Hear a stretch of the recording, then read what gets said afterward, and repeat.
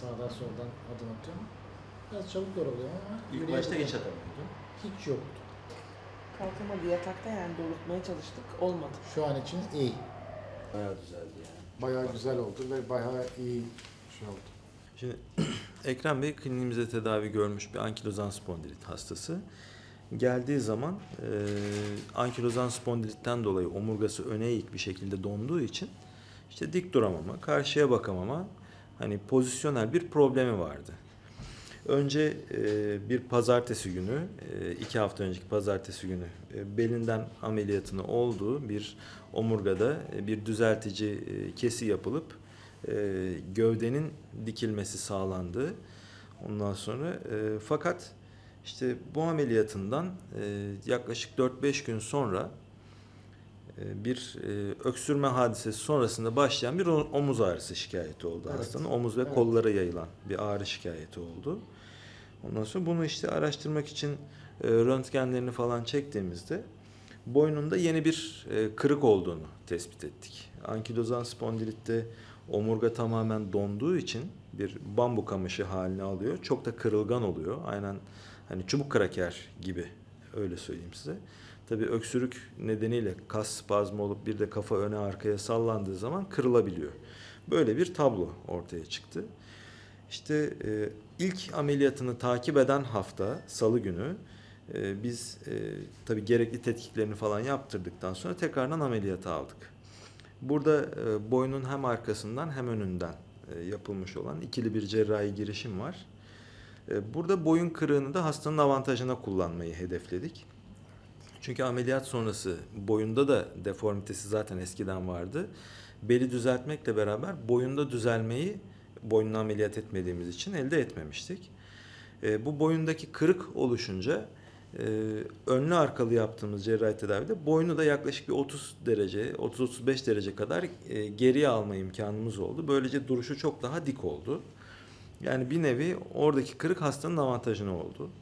Tabi burada hani işin bence dramatik olan boyutu şu: eğer hani Allah esirgesin bir şekilde gözden kaçabilirdi bu ve öyle bir şey olsaydı hasta işte bu şekilde evine gönderilseydi yolda giderken bile hani kolları bacakları tamamen tutmaz hale gelebilirdi.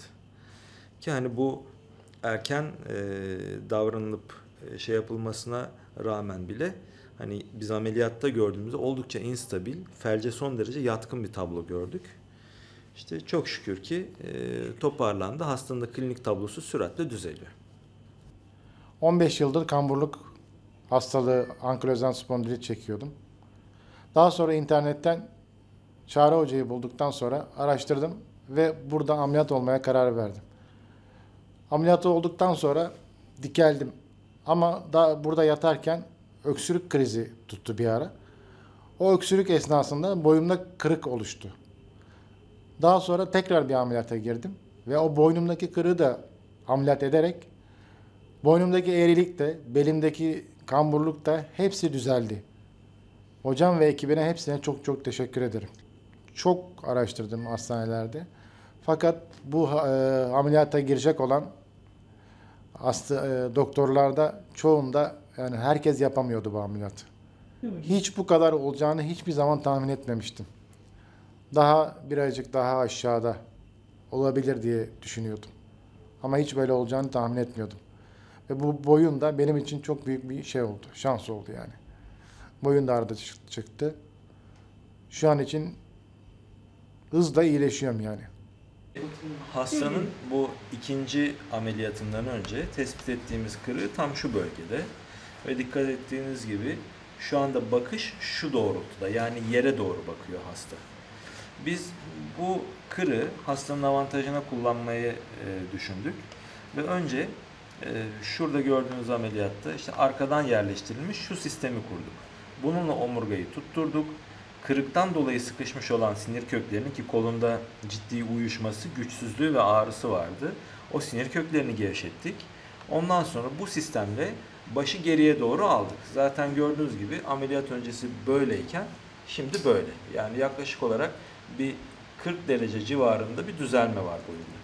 Ondan sonra arka tarafı böyle düzeltince tabii boynun ön tarafında üçgen şeklinde bir açıklık oluştu. boynun ön tarafından girip buraya bir kafes ve üzerine bir plak yerleştirerek sabitledik. Böylece boynu hem düzeltmiş hem de arkalı önlü sabitlemiş olduk.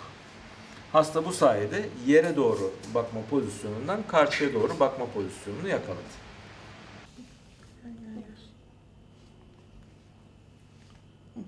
Biraz böyle. Tamam otur. Yok değil mi arkamda bir şey?